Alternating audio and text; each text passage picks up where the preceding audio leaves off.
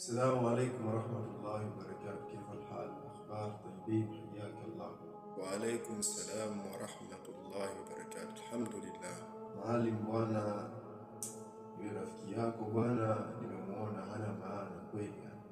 Wallahi inakumbuka na mzazi wake, matusi, subhanallah, kama mtoto mwenzake pata pepo ya Mwenyezi Mungu kweli, kwa vile alomtukana mzazi wake. Wala hajajali kisa mzazi wake kamtakia mazuri. Yule kijana marafiki zake wote ni wavuta bangi, kwa pombe, yani yeye ndo rafiki zake hao. Sasa mzazi wake akamnasihi, akamwambia achana na marafiki wale, tafuta marafiki ambao ni wema na kuongoza katika njia ya kheri. Lakini kijana yule akaanza kumtukana mzazi wake. Mimi ndo marafiki zangu, akaanza kumtukana matusi mzazi wake, kisa kumtakia wema. Hebu jaribu kumpa nasaha. Akifa leo mzazi wake atakosa radhi. Usisahau bwana kumpa nasaha.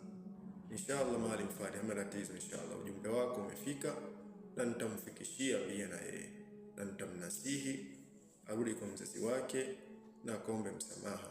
Barakallahu fikum.